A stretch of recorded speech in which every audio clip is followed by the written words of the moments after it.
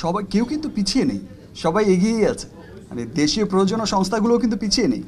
আপনারা যদি জয়েন্ট ভেঞ্চারের দিকে তাকান তাহলে ওখানে দেখবেন ওখানকার পরিস্থিতি আরও করুন। হাতে গোনা দু একজন বড় প্রযোজক ছাড়া সেই ইন্ডাস্ট্রিও কিন্তু অনেক শূন্য। সেইখানেও কিন্তু অনেক সিনেমা হয় যেটা আজকে রিলিজ হয়েছে, কালকে সকাল নাগাদই মুভি নেমে যাচ্ছে। এমন সিনেমার সংখ্যাই ওখানে অনেক বেশি। বাট কিছু পলিসিগত কারণে তারা এখনও কিছু বড় বড় সিনেমা বানাচ্ছে। কিছু কিছু ক্ষেত্রে ছবিগুলো সুপারহিট হয়েও যাচ্ছে, কিছু কিছু ছবি মুখ থুবড়েও পড়ছে, কিছু কিছু ছবি সুপারহিট হয়েও যাচ্ছে। তো সেই পলিসি সাইডগুলো যদি আমরা একটু চিন্তা করি, আমরা যদি একটু অ্যাপ্লাই করি, আর যে পিরিয়ডটা চলছে আমাদের মার্কেট, আমার যেটা মনে হয়েছে, আমার যেটা এখনও মনে হয়, সরজমিনে দেখেও যেটা মনে হয়েছে এবং তারাও যেটা ফিল করে যে আসলে বাংলাদেশের সিনেমার মার্কেট হচ্ছে অনেক বড়, বিশাল একটা মার্কেট। তো সেই জন্য আমাদের স্পেশাল কোনো কিছু করার দরকার নেই। আমাদের অভ্যন্তরীণ আমাদের সিনেমাকে ডেভেলপ করলেই আমাদের উই হোপ যে আর কোনো কিছুর প্রয়োজন হবে না। আমার একটু বুবলির কাছে অনেকগুলো প্রশ্ন রয়েছে আসলে। পরিচয় যে আমি প্রতীক ইন্ডিপেন্ডেন্ট টেলিভিশনে কাজ করি। আমি একটু জানতে চাই যে আপনাকে আমরা কি নামে কোড করব, কিশোরী, রোহিণী না যুবতী? What do you think? আপনার কি মনে হচ্ছে?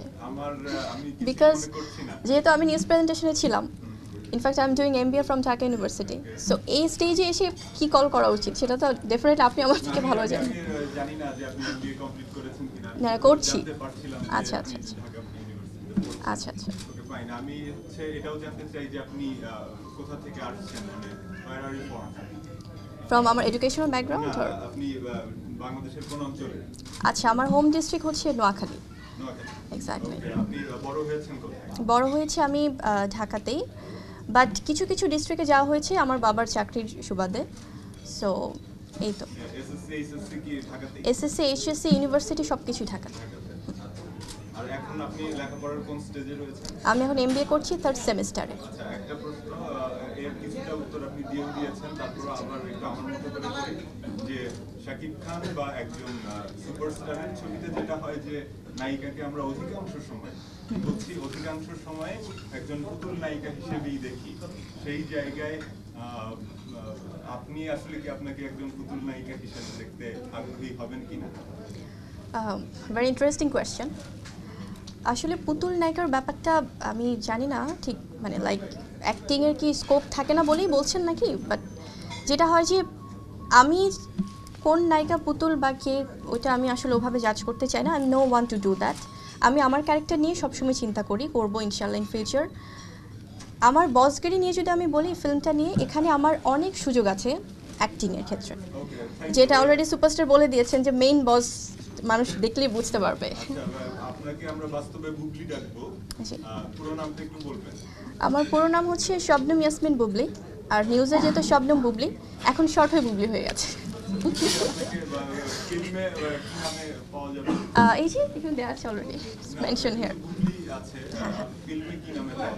ফিল্ম ক্যারেক্টারে আপনার নাম কি থাকে? এই যে এক্স্যাক্টলি। Thank you. আমার একটা কোশ্চেন আছে ভাই। হ্যাঁ, তো আছে। আরেকটা হচ্ছে যে আপনি এই গেটআপে এবং এই স্বাস্থ্য নিয়ে আপনি স্বীকারই করে আসছেন, তো বসগিরিতে আসলে আপনার ক্যারেক্টারাইজেশনের ক্ষেত্রে আপনি আসলে কি কি পরিবর্তন থাকছে, আর আপনার ক্যারেক্টারগুলো কোনো ডিফারেন্ট আছে কিনা, যে ডাইভারশন আছে কিনা, যে এক সময় এরকম হলো এক সময় এরকম হয়ে গেল? সেই জন্য তো বসগিরি দেখতে হবে, আর এটা তো ছবির মহরত মাত্র। তো ছবি রিলিজের আগে তো আসলে অনেক প্রোগ্রাম হবে, অনেক কিছু হবে, তো সেখানকার জন্য তো কিছু রেখে যাই। আর অনেক রাত হয়েছে, আমার নিজেরও ক্ষুধা লেগেছে। এক্স্যাক্টলি। আমার একটা কোশ্চেন ছিল। জি শিওর। আমরা দেখছি অনেক